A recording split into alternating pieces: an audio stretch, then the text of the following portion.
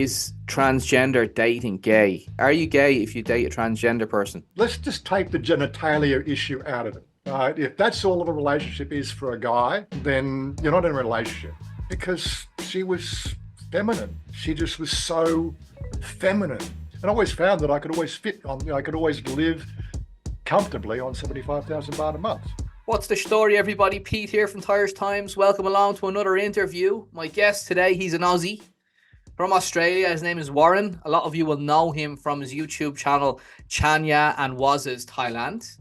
And well, you've seen the title of the video and you've seen a couple of clips there before. So you know what we're going to get into. Warren's partner, Chanya, is a ladyboy. And Warren is an open book. He just says it like it is. He doesn't really care what people think about him, which is, I do admire that in him. And he's going to talk about his relationship today with Chanya. He's also going to get into his cost of living. So he's living in the Bangkok suburbs well, he's living in Thailand well over 10 years, and he's living in the western suburbs of Bangkok. And he's going to talk about his cost of living. And check out his channel as well. He's got a really interesting channel. I think Warren has probably answered every question anybody would have about moving to Thailand in his videos. He's been making videos a long time, so he's made probably hundreds and hundreds of videos now at this stage. So I'll link his channel down below in the description as well. Let's get straight into it. As always, I want to hear your thoughts and opinions. I'm sure we're going to have a big mixed bag of opinions in this video, but put them all down in the comment section. I want to read them. Let's get straight into it. Warren, thanks very much for coming on here. We're going to get into your whole story, okay? So let's start off. First question.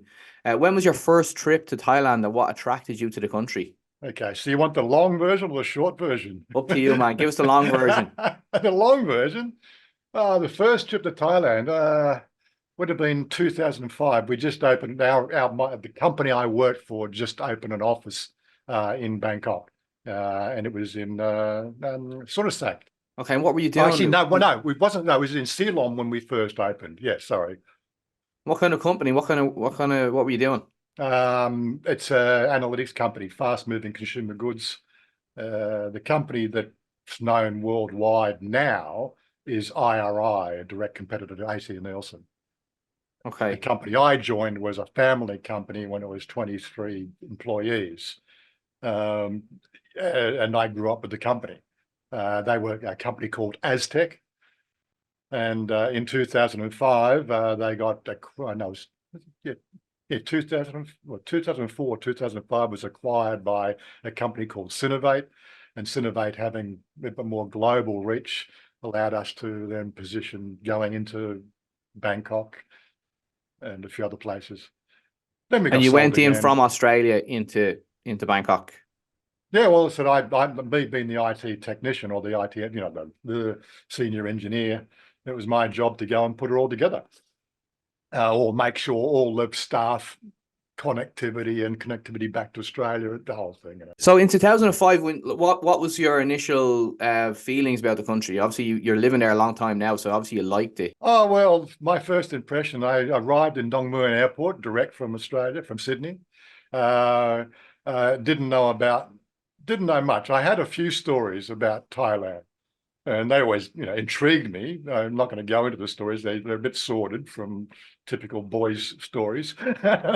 So you're going in sort of, really, is it like this? Because I never believe anything anybody says. So I arrive in Bangkok, arrive in Dong Mueang. This gentleman at the airport says, "Oh, we have a taxi for you waiting, a limo service."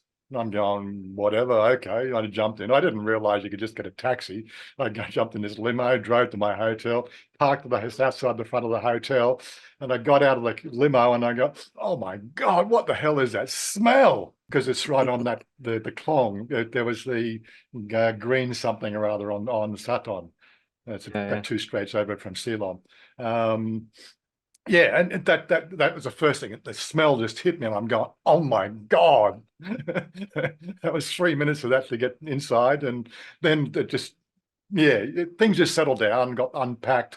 The guy I was meeting there was already there, so he said, "Let's have dinner." So we had dinner, and then he said, "Well, first time in Bangkok, you know where we're going to go, don't you?" Whether I went to Ceylon or Sukhumvit. He took me to Patpong. Patpong, okay. Yeah. And And what did you think of that for your first time? well, we went to a couple of bars to have a couple of beers, and saw a couple of dancing girls there, and then he said, "Have you ever seen a ping pong show?" All the tourist traps. Yeah, well, I knew of Priscilla, Queen of the Desert, and I know the Chinese girl or Japan or whatever nationality she's supposed to be does the ping pong show in the back of Burke. And so I had a bit of an idea what this was about, but oh my God, I've only ever been to one and I'm never going again. Seriously, that is just over the top. I'm serious, it's over the top. But yeah, so that was my first night in Bangkok. We got home about 1 o'clock in the morning, had a few to drink, and then I was in work at 8 o'clock in the morning, next morning. So Tell us about the decision to move to Thailand. How did that come about? And was moving an easy decision to make? But well, that's a very complicated story. And I don't know if I want to go take people down my weird mind. I study shamanism, esoteric things, and all things. We call it magic. And some of the trance work journeys I've done through my exploration, always had these images of Asian people. So I always sort of, didn't make sense to me. Those sort of dream sort of scenarios, you can never make sense. But when they reoccur, I'm going, strange. But this is before I even joined ASLIC. This is my mid-90s. I was getting these sort of premonitions of Asia. So I did more work on it because my father was a staunch, what do you call it, anti-Asian. So that was my upbringing, slope edged, all that sort of stuff from my father all the time. He was a good Christian, right? Okay. Church, he went to church every Sunday school, Sunday, tried to force us to go to school, Sunday school, the whole thing. But beside that, that's the way it was, good Christian. And all I heard from him about Asians was bloody slope heads, get them out, yeah. That's all I heard. That's my upbringing. I didn't believe that people could be that bad. So I made inquiries. I started looking at my own world rather than what my father was teaching me. Well, he's had his reasons, like he went through Vietnam. He lost a lot of friends through there. So he had a natural born tendency to hate anything of that ethnic origin. So, so I had premonitions, never could fulfill them because, I'm in Australia and that's Asia and didn't know much about it. And I heard all these stories, blah, blah, blah, as I'm going through my adulthood. And yeah, okay. Chance came up. We opened an office in Bangkok and I'm the IT engineer. Well, things just fell into place. Synchronicity. So, for 4 years, from 2005 through to January 2009, I'm getting these trips to Thailand, and doing boy stuff, as we do in Thailand, It's a lot of fun. I'm not going to go into that. And then you decided to make the move then to make it, okay, that's it. I'm No, gonna well, it's the move really came about through meeting Chanya. That was again, I was out. I had a trip here in January 2009. First night there, I'm going to go and get a couple of bars. By that time, I'd already established my stomping grounds.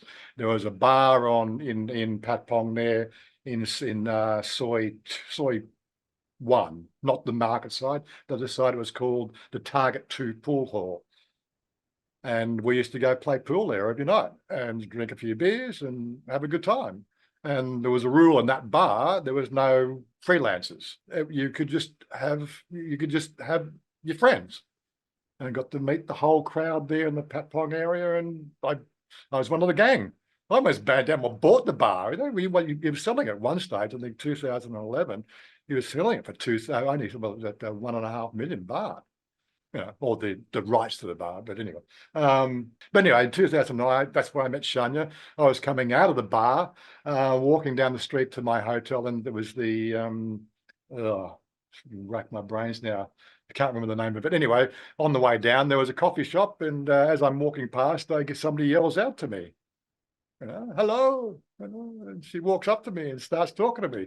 Instantly, I know the fact that with the voice and the height, and just the femininity I knew I was talking to a ladyboy, and that didn't worry me. So, yeah, okay. So we started chatting. We had a coffee. She didn't drink coffee then. She thought I drink coffee now. But yeah, we just hung out there for about half an hour. And I just sort of said, what do you do? Well, she was a cabaret dancer now, but what do you do? She says, I'm a dancer. I didn't know what sort of dancing. I'm thinking go-go bar dancing, all that sort of stuff. I didn't explore that, but, we just started chatting. I said, when you want to come back to my hotel? And she said, yeah, okay.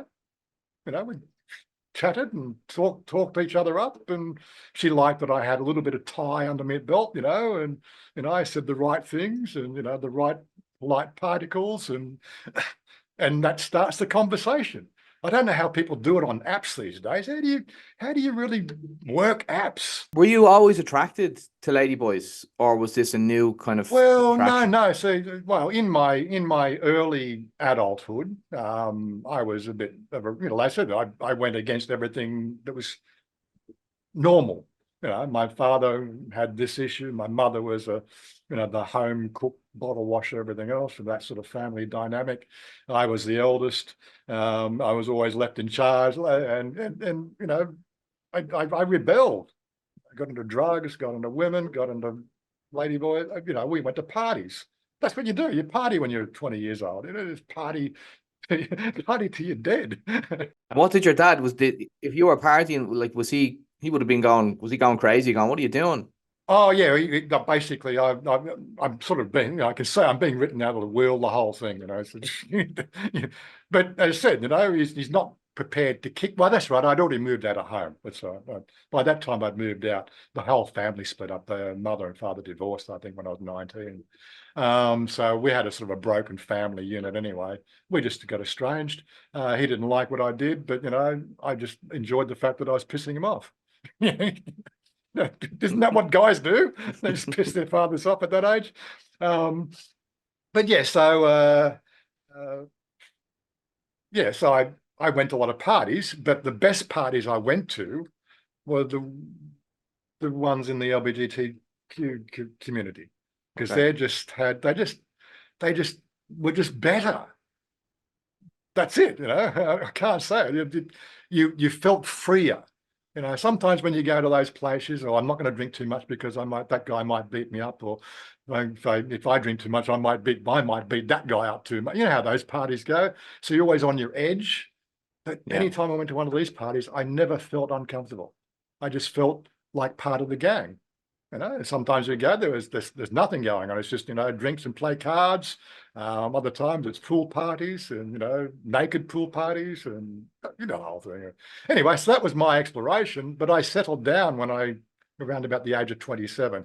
Like I was moving up in ranks in my employment, and I've started thinking I better start being an adult now. It's about So you did the whole 27, family 28. thing, then you got married and had kids, and Yeah, and there was one girl at the office, where place where I was working. I was the foreman of that manufacturing firm, and there was a staff member there that I really had my eye on. And for 6 months, just the casual conversations at work and chatting her up a little, tongue in cheek, chatting up. I was single, sort of, at that time, and she was single, sort of. I actually was going for a bit of a rough time with her current boyfriend, and I think 6 months into that process, I came to the rescue.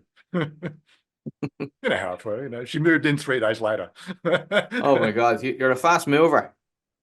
Well, I don't plan any of this stuff. You can probably, from my videos, I don't plan I'm planning stuff now, and this seems to be working better when I plan stuff.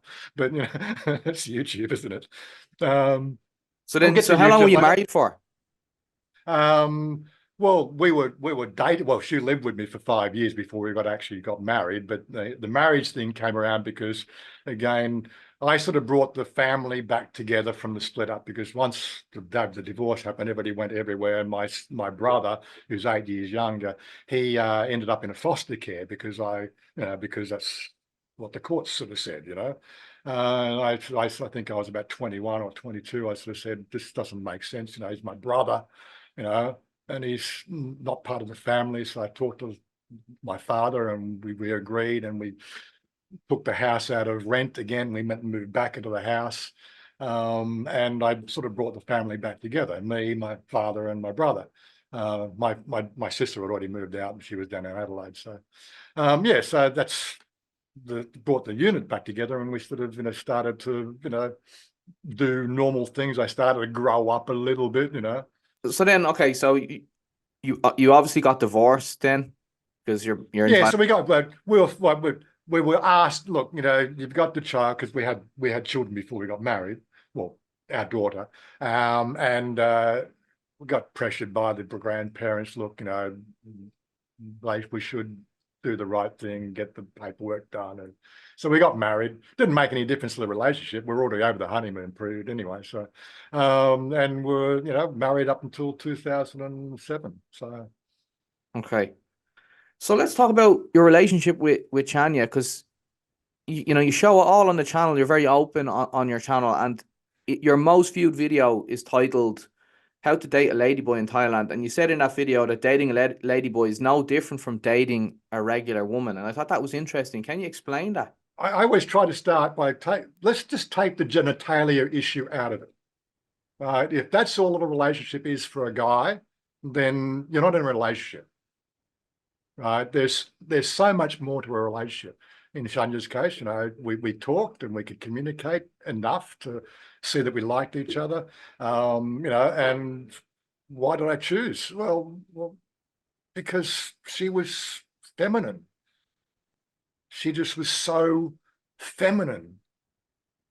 And she still is now, right? As you see in the videos. I think that's the best way to describe it. And it's just that femininity that, is something we didn't really see that much in Australia. Because most of the Australian girls you want to date, the pretty ones, they're all a little bit, tomboyish, and they want to wear the pants and they want to control the money and they eat the whole, didn't have any of those feelings. Again, this is really my first relationship after the divorce. All the girls that were wanted to hitting on me while I was married, when I got divorced, looking them up, they didn't want to know you.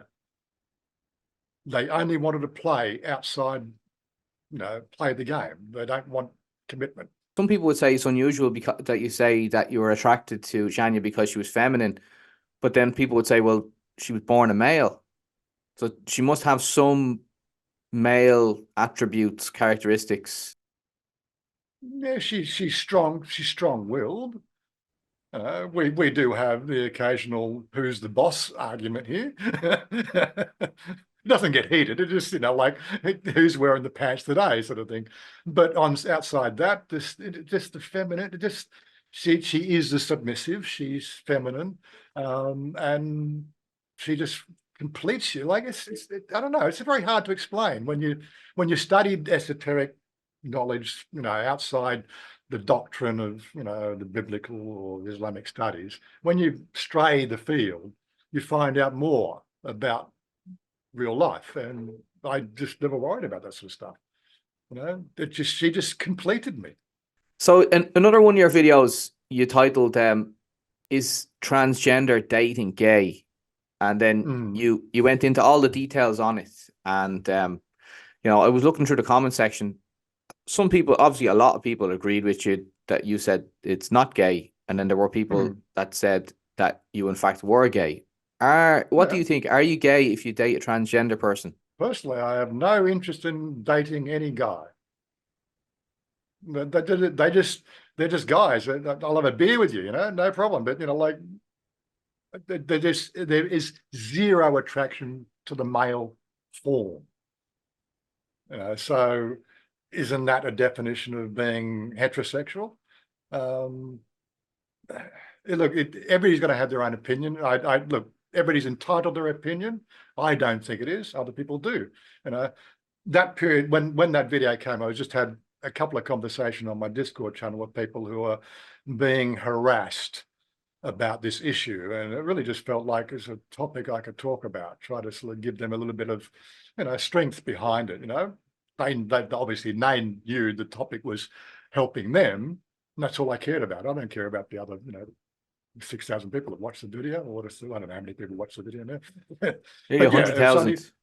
Yeah, well, it'd be nice, but yeah, you get the idea. Like, it's fine. That's your opinion. I was helping somebody. That was one video for one, oh, I think two people at the time, or at that period of time. It was really just a shout out to them. Just doesn't matter what other people think. What do you like? You know, Were it's those your people, life. did those people kind of, were they having feelings that they might be gay because of it, or were they questioning? Basically, yeah, basically questioning their masculinity, and I was just trying to give a little bit of support that, I did that on the channel, but thing is that's one-on-one. I think doing a video emphasized what I was doing on a private channel. So why do we have to put everything into these little boxes? I know it helps us catalog things, but if I was to date Chanya, I'm dating Chanya. It's nobody else's opinion. That's my opinion and my dating. I'm not affecting you in any way, shape, or form. If you need to label it to feel comfortable, then go ahead. I'm just trying to change the label to make it fit a different paradigm, make you think about it. Let's show people the other side. Let's show people our life in Thailand, where this subject is accepted. That's probably the best way to put it, because I said it's totally accepted here in Thailand. Nobody gives a damn about who you're going to bed with. The Thai people just totally accept it, do they? Yeah, totally accepted here. I think I've had, in 7 years being here, I've had one Thai come up to me to try to help me. Did you know I was with a ladyboy? They came up to, they were trying to help you. They were trying to help me, So again, it is. It's part of their religious and spiritual path to accept everybody who they are. Did you ever have any expats or tourists say anything to you in your time in Thailand? I get that all the time. Sometimes it's tongue in cheek because we're friends. Other times it's it's just assholes that they want to see if they want to stir me up. Out in public, they say it to you. Oh yeah. What have they said? Oh, look, there's been few and far times between, but they have a point, of emphasising it's definitely not for me in such a way that they're inferring the fact that I don't like what you're doing, and I'm trying to be polite about it. But it's fine. I didn't ask for your opinion. What happens to older ladyboys? You don't see many around that are like, say, over 40, 50. What's, Well, do you know anything about that? Well, the way I did a video on that, and I probably should redo that video again, knowing more than I knew back then, because we do know a lot of our, a lot of the transgender in that senior age category. Basically, they settle down. They no longer put the makeup on. They're no longer hunting. The ones that are in dedicated relationships stay that way. But you can also look at the age. That's, Chanya was born in 84, right? That's, the AIDS epidemic was just starting to calm down by then, right? And things were starting to settle down in that arena, in the whole world. Things were just changing. And so the what they call gender dysphoria was being more accepted throughout society. They even gave it a label, gender dysphoria. Or I'm not quite sure when. I think it was probably 72 when I was classified as a psychological condition, but it wasn't really accepted until about 84, 85, mid 80s, that they started to have this classification. And people were allowed to just be themselves, especially here in Thailand. So Chanya started playing with dolls at 3, and nobody stopped her. Her parents like accepted it from the outset and raised her. Never try. Well, father tried to change, but because you got to fit into society. So there was father saying you have to do the right thing to be part of the community, whereas the mothers are saying, no, leave her alone, let her be. That's who she is. And of course, she never went through puberty because she started hormones when she was 12. She started cabaret when she was 15. So she had her first breast augmentation when she was 17. She had a gender reassignment at 23. These are all things she paid for herself. She was actually kicked out of home. I think I talked about that in one of the videos. Because the fact that they're not a high affluent family. They were sort of basically the people that work in the stalls at these wet markets and things. That's the sort of level of Thai society that she came from. And money's money, and hormones even back then were quite expensive. That's like that's 2 days worth of food, for the family, and we really can't afford to be encouraging that. So she was estranged from the father and went and lived at the temple, where she was accepted at a temple in the white robes Right. Which as a part of female. Thailand is she from? She grew up in Nong Kem. Well, Bangkok, born in Bangkok, they moved out to Nong Kem. So suburbs of Bangkok. So yeah, western suburbs of Bangkok. That's where she born and raised. Yeah. Are ladyboys discriminated in Thailand? Because you don't see many in high levels of society, like a doctor or a solicitor, a lawyer. Oh, you do, when you know what you're looking for. Oh, really? Yeah, but a lot of them blend in so well. But again, I think I talked about that in one of the videos. Certain career paths, they really have to present the male aspect. Otherwise, they won't be able to hold a job. But when they get into university and do, get a doctorate, then they can be themselves. Some of the surgery she's had done has been done through transgender. And again, they transgender look after transgender. You're based in the suburbs of Bangkok. How do you find the cost of living there? Well, it's manageable. Like I said, I made my plan when I first came in 2016. My budget was $2,500 Australian a month, right? Based on my level of investments. My investments always grow, but how the whole investment cycle works. My budget's now $3,000 Australian a month. Probably another 3 to 5 years, it'll be 3,500. But that's all factored into my retirement. Now I'm self-funded. I don't even qualify. Well, technically, I don't even qualify for the Australian pension because I've been out of the country for so long. When I turned 67, which would be my pension age, I would get an extra $2,000 from the Australian government because I paid tax for 35 years. But So that's how it works in Australia. Even though you're outside the country, you don't get it.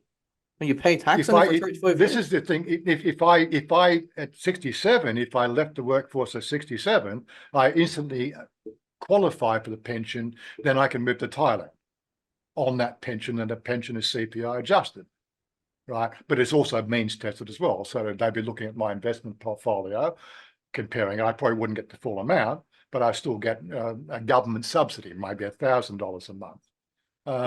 But that's part of the thing. I realized leaving it when I did at 56, I'd rather do it in my prime of my life, or when I could still walk without a walking frame, and enjoy life better than I would when I was 67. I'm starting to ache now. I got problems with my feet. I'd like to be able to run again. That's a crazy system by the Australian government. There's no way of making voluntary contributions while you're away, while I you're could still, abroad. if I had other income coming in, I could be putting money into my private superannuation fund right now. Unfortunately, the money that comes in is just part of my budget now. I don't put anything into my super fund. It just grows. I'm not going to go into too much detail on that. But while I don't leverage it, then it grows faster than the CPI, and it grows faster than my spending habits. So All right. it's a good balance. So you've budgeted then 2,500 Australian dollars. What's that in Thai baht, roughly? Oh, that was back then. That was like 70, 75. Well, I always use the immigration for retirees says 65,000 baht a month. So I took at that and I said, my budget will be 75. I'll give myself 10,000 play with. And I always found that I could always live comfortably on 75,000 baht a month. The difficulty is, back then it was like 60,000 baht a month because we had you take on different levels of risk, or outgoings as you get settled. But What's a typical house rental out in the Bangkok suburbs cost per month? well, we haven't done that recently, but when Todd was over in our area here, he was paying 14,000 for a 3-bedroom, 2-bathroom kitchen or kitchenette. Like we're used to kitchen, even in Ireland, kitchens are big. Right, Yeah. kitchens in Thailand are quite narrow and small. They serve a purpose because half the meals you eat are stuff you bought on the way home from work or something, So kitchens, or we put a kitchen up for mum because mum loves cooking. So she's got her own kitchen. She's got a nice big area. She loves it. But yeah, so when you start to factor it in, 14,000 baht a month for that, and he was happy. He's got his budgets. I got my budgets. We were paying in an older 30-year-old townhouse. It would have been 30 years old. Maybe we were paying initially 6,000 baht a month. After the 5 years there, we were then paying 9,000 baht a month. CPI adjusted. Well, I'm pretty sure it was higher than CPI, but they knew a Farang was living there, so the price went up accordingly. They do that. You could get under the collar with it, or just accept it.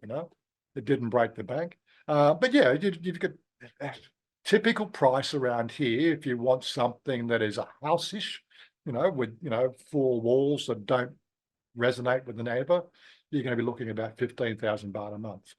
Whatever that is in dollars and cents. But, you could economize, as I said, a townhouse or a villa with the ones where you got adjacent walls. You can get them for, 6,000, 7,000 baht a month for a 2-bedroom, 2-bath. But they are, they're old, and, the mildew and mold and things that creep into the corners, and, you're quite welcome to paint it. You don't get anything off your rent. So Thais don't repaint. They just move in and move out and move in. They just accept it is. They wash the walls. If it looks grubby, that's just what they accept. It's one of the things I don't like about Thailand, I suppose. Just a little bit of whitewash would go down really so well, Get rid of all those brown and black stains. Just brighten the place up a bit. So you like living out in the suburbs then? Which suburb is it? It's we're halfway between Salia, which is the university area, and Omyai, which is like the industrial western side of the area. So we're right smack bang in the centre, and it's a shit to get a grab taxi from here. How long does it take you to get into the city centre? About an hour and 20 minutes. Hour and 20. Okay, so you're dealing with traffic, or is it a fair distance out? Well, that's a taxi from here to the nearest MRT, and then the MRT is fairly quick to go in. So traffic, yeah, we got a bit of Pekasem Road's the main road we use, and that's a real shit fight of a road. Just too much traffic U-turning all the time. What's a typical day like for you in retired life in the suburbs in Bangkok? Well, what I'm doing, we're doing a Zoom call now. I was watching Jen Desperado on his Twitch channel, because normally I would actually be playing a game with my Australian friends. So I don't miss Australia. I listen to Australians just about every day, through my Discord channel, because that's where we hang out. This is what we do when we're gamers, or IT engineers, whatever. I go out, but I spend most of my life in this little box, and I'm very happy to sit here and communicate and do everything I want to do. Check this out, check that out, watch videos. I've got a wonderful seat I'm sitting on here. It's really comfortable. I can sleep in it. And that's it. Oh, that's it. Go to sleep. Are you in Thailand now for the long haul? That's it. Rest of your life in Thailand. I have no need to leave Thailand. My friends asked me, why don't you do a trip to Vietnam or Laos and check the rest of the countries out? I said, I haven't checked out Thailand yet. We go here, we go there, we do our trips. We got to do our trips within reason, because Chanya has to work. She's got a business to run. So we only get, Christmas and Songkran as the only times we really get off. So that's 2 times a year for a week we can do other things. And we do. We've been to Pilok, Sukhothai, we've been to Pri, and those videos pop. But I'm not a travel channel. So, I don't get the travel channel audience. I get the people who just want to see people just enjoying life. And this is a typical life a foreigner. I would say it's a typical life a foreigner would have here in Thailand if they just, relaxed and just enjoyed themselves. Don't take on any stress. You come here to get stress-free. So just be stress-free. Don't add stress to your life. The only difference with my channel is about that I happen to be dating a ladyboy. If that's a problem, then don't watch the channel. right? If you don't care, then you can see I'm just having the sort of life that you would have with a really pretty girl who is 23 years younger than me, and I'm enjoying every freaking minute of it. Well, Warren, let's leave it there because that's a great way to finish it. And what I'll do is I'll link your channel down below in the description, and whatever media, social media, or anything else you want me to link, just send it to me and I'll link it there. And it was a pleasure to do this with you. I wish you all the best. I like your perspectives. Great talking to you. Enjoy the rest of your day. Cheers. Peace out. Peace.